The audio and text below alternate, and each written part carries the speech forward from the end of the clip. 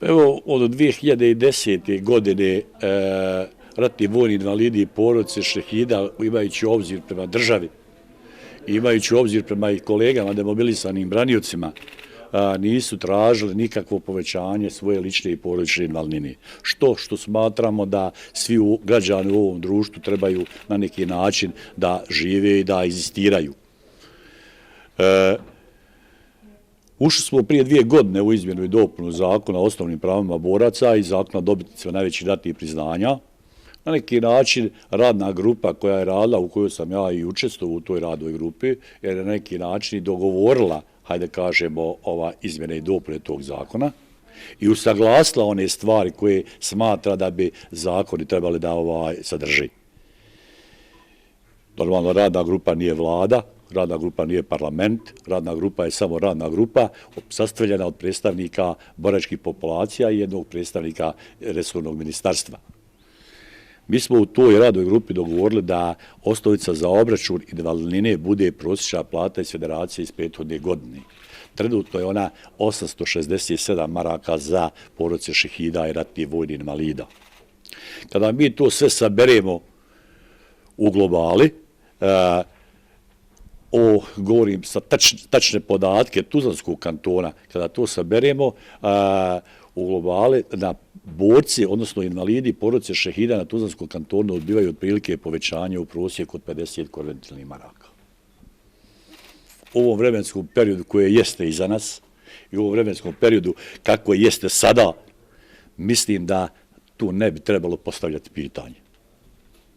Kad se tiče ratnih vojnih invalida 100%, koji koriste njegu i pomoć od strane drugog lica, u 100% podržavamo njihov zahtjev da se prihvati 100% njihov zahtjev da se njega i pomoć od strane drugog lica da onako kako to su invalidi tražili. Jer biti zalijepljen 24 sata za krevet i za kolica, imati obavezu da neko mora 24 sata o tebi da brine i postavljati pitanje za takve ljude, da li takvim ljudima treba njega i pomoć, mislim da je suvišno. Na razne stvari novac se troši u ovom društvu, zašto se ne bi trošio i na te ljude koji su najzaslužniji u ovom društvu. Od današnjih parlamentaraca, naših koji smo mi birali na prostoru Tuzlanskog kantona, ćemo zahtijevati samo 2 stvari.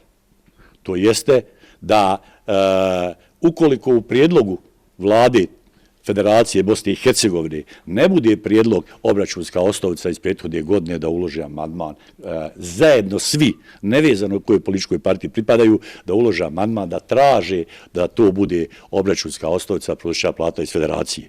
Ukoliko bude našao se kompromis između toga, nemaju potrebne ulagati amandman. Mi mislimo da je lakše sa našim zastupnicima ovdje dogovoriti, jer kada pogledamo ljude koji su u federalnom parlamentu u jednom i drugom domu naroda, 80% su ljudi koji su pripadnici armije, koji su ili dobitnici najvećeg ratnog priznanja, ili su porodice šehida, ili su direktni učesnici rata. Mislim da sa njima se to možemo dogovoriti i da će to oni uraditi. Ali oni nisu moćni sami to uraditi.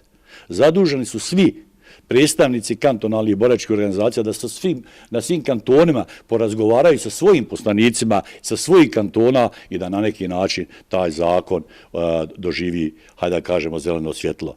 Ne smiju dozvoliti da zakon ne prođe. Pa i sa prijedlogom, ukoliko to bude druga, hajde da kažemo, H komponenta obstruirala i sa prijedlogom koji je predložila vlada. Znači, ne smijemo dozvoliti da to ne odbrzdimo. Ali ja kao čovjek koji predstavljam ovu boračku populaciju i kao čovjek koji sam dugo u ovim vodama, mislim da je to kap u moru što traže invalidi, porodice šehida i heroji Bosne i Hercegovine. Mislim da je to kap u moru.